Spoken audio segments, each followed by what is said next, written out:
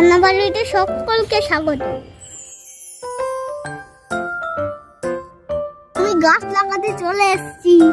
দেখো এই দেখো কত গাছ লাগিয়ে ফেলেছি।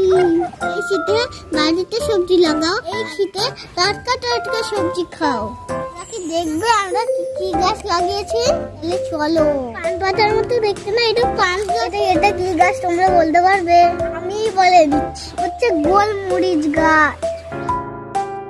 আদু গাছ লাগিয়েছি, দেখবে চলো। এটা কি গাছ বলো তো তোমরা? কি সুন্দর গন্ধ, তোমরা কি শুকে দেখো।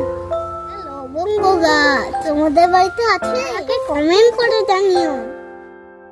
এটা কি গাছ বলো তো? এটা মৌসুমী লেবু গাছ। আরে 1 বছর লাগেছে, লেবুই হয় না। লাইক শেয়ার করতে কিন্তু ভুলো না।